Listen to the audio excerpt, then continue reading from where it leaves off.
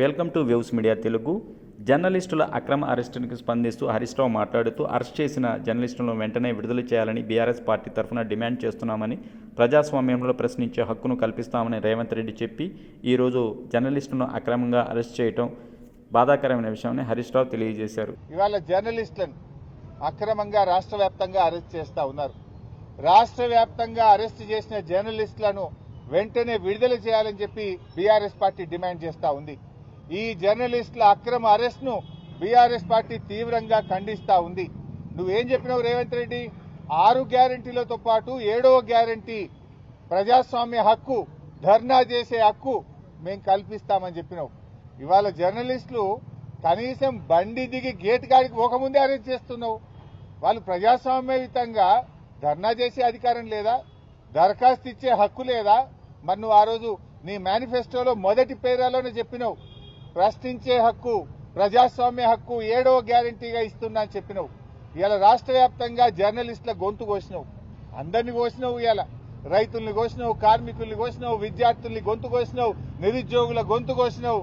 లాస్ట్కు ప్రజాస్వామ్యంలో 4వ పిల్లర్ అయినటువంటి జర్నలిస్టుల గొంతు కూడా కోసినావు కదా.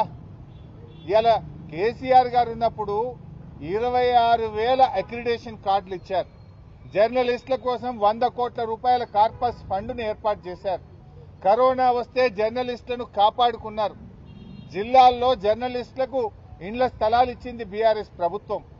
రేవంత్ రెడ్డి వచ్చిన తర్వాత ఆ రోజేమో గొప్ప గొప్పగా చెప్పిండు, గవర్నమెంట్లకు వస్తే చాలు, ఓడదాటేదాకా ఓడమల్లప్ప, ఓడదాటినాక బోడమల్లప్ప. ఆనాడు ఏం చెప్పిండు? మేము అధికారంలోకి వస్తే జర్నలిస్టులకు ఇండ్లు కట్టిస్తాం, ఇండ్ల స్థలాలు ఇస్తాం, యూట్యూబ్ వాళ్ళకి ఇస్తాం, సోషల్ మీడియాకి ఇస్తాం, ఇంకా అక్రిడేషన్ కార్డులు పెంచుతా అన్నాడు. ఇవాళ ఏం చేసిండు? 26,000 మందికి కేసీఆర్ గారు అక్రిడేషన్ కార్డులు ఇస్తే 10,000కు తగ్గించారు.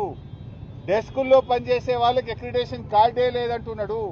సోషల్ మీడియా వాళ్ళని పట్టుకొని వీళ్ళంతా టెర్రరిస్టులు, సోషల్ మీడియా యాక్టివిస్టులను కట్టడి చేయండి అంటున్నాడు. వాళ్ళ మీద కేసులు పెట్టి జైళ్లలో వేస్తున్నాడు. సోషల్ మీడియా యాక్టివిస్టులను అవమానపరిచే విధంగా రేవంత్ రెడ్డి మాట్లాడుతూ ఉన్నాడు. ఉగ్రవాదులతో పోలుస్తా ఉన్నాడు. ఇంత దుర్మార్గమా? నువ్వు అక్రిడేషన్ కార్డులు పెంచుతానని 26,000కి 10,000 ఎట్లా చేస్తావు? నీ అన్యాయాన్ని దరఖాస్తు పెట్టడానికో ప్రశ్నించడానికి వస్తే అక్రమంగా అరెస్ట్ చేస్తావా? ఈ అరెస్టులను ఖండిస్తున్నాం. తక్షణమే వాళ్ళని విడుదల చేయాలని డిమాండ్ చేస్తున్నాం.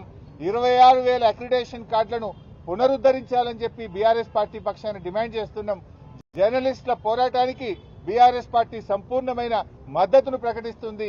మీ పక్షాన రాబోయే అసెంబ్లీ సమావేశాల్లో బీఆర్ఎస్ ప్రభుత్వాన్ని నిలదీస్తుంది, ప్రశ్నిస్తుంది, జర్నలిస్టులకు సంపూర్ణ మద్దతును అందిస్తుంది. Thank you.